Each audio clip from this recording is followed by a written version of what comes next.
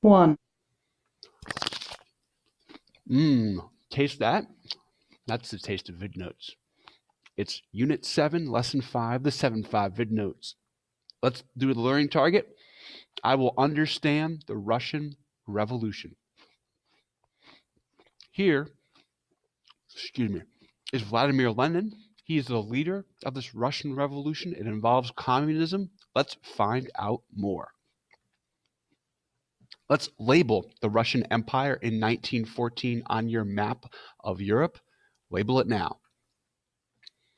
Russia in World War I. Russia fought for the Allied powers in World War I. And here's a picture of some Russian troops on horses with their signature hats. However, it left the war early in 1917 because there was a civil war going on in Russia.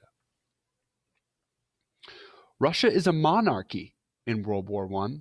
Russia entered World War I ruled by a czar, which is Russian for king, and an absolute monarchy government. Russia had sharp class divisions between the nobility, shown here, and the peasants who were lower down on the triangle.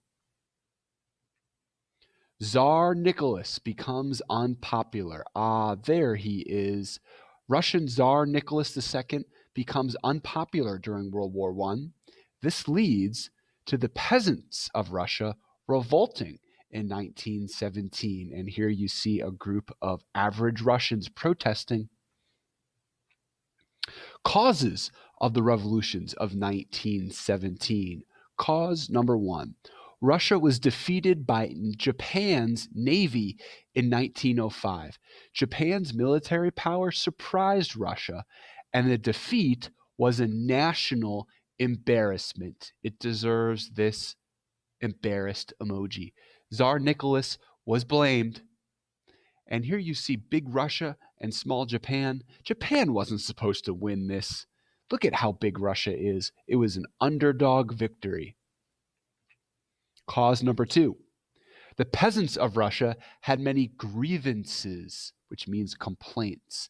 The Tsar taxed them heavily, and many did not own farmland because the government's policies made it hard to do so. There was also a food shortage for the peasants, so they were angry, and they blamed it on the Tsar. Cause number 3. Russia had many military defeats in World War I, and guess what? This man, the Tsar, was blamed. Cause number 4. Russia had 9 million casualties in World War I. This was 76% of all of the Russian soldiers who fought. And guess who was blamed for this? The Tsar. The revolutions of 1917. In March 1917, most Russians had lost faith in Tsar Nicholas II. They blamed him for a lot. Starving peasants rioted in the streets of Russia. The Tsar was forced to give up all power. Here's the Tsar leaving the throne. Adios. After the revolutions of 1917, after the Tsar gave up power, Russia set up a provisional, meaning temporary, government. However, it was weak and unpopular. It didn't stay. The Bolshevik Revolution. In November 1917, a political party in Russia called the Bolsheviks overthrew the provisional government. The leader of the Bolsheviks was this man, Vladimir Lenin. And here he is in a painting holding the red flag of the Bolsheviks with supporters surrounding him. They take over the government. Lenin as a leader. Lenin's Bolshevik government changed the name of Russia to the Soviet Union, otherwise known as the USSR. And here is the Soviet Union, its flag and its logo. What did the Bolsheviks believe anyway? The Bolsheviks believed in the communist ideas of Karl Marx, this man right here. They wanted Russia to have a communist government, not a monarchy. A Russian civil war starts. After the Bolshevik Revolution, a civil war broke out in Russia in 1917. The war lasted 5 years. The Red Bolshevik Army, here on the left, fought the anti-communist White Army, here on the right. Who will win? A Russian civil war ends. The Russian Civil War ended with the Red Bolshevik Army winning in 1922. Here they are. The winners are the Reds. Lenin's NEP, Part 1.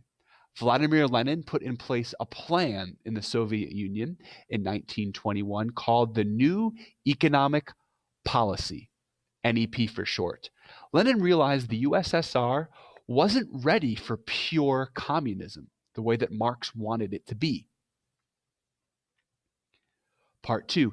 The NEP allowed peasants to sell extra grain for profit.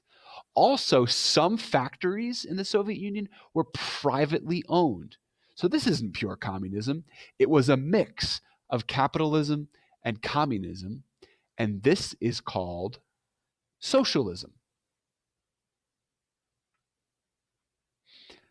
Lenin dies and Stalin takes over.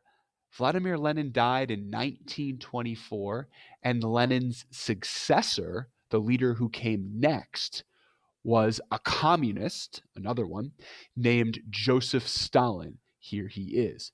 Lenin, in his dying days, worried that this man Stalin would be a bad ruler. He was aggressive. He wasn't a good listener. He wasn't really loyal. And Lenin, unfortunately, would be right. We're going to learn about his dictator ways later in World War II. Going back to Lenin, if you visit the city of Moscow in Russia, you can see his body. His body was embalmed like a mummy. They put chemicals in it so that it's preserved, and you can actually go and visit his body in a glass tank in the city of Moscow. Vladimir Lenin is still seen as a champion of the people by many in Russia. And with that, we're almost done. Look at your VidNotes, what you have written, and write one question you'd like to know more about the Russian Revolution. That's for 2 points. And when you're done with that, you are done with the 7-5 VidNotes. I'm going to go back to eating my delicious apple. And have a good day.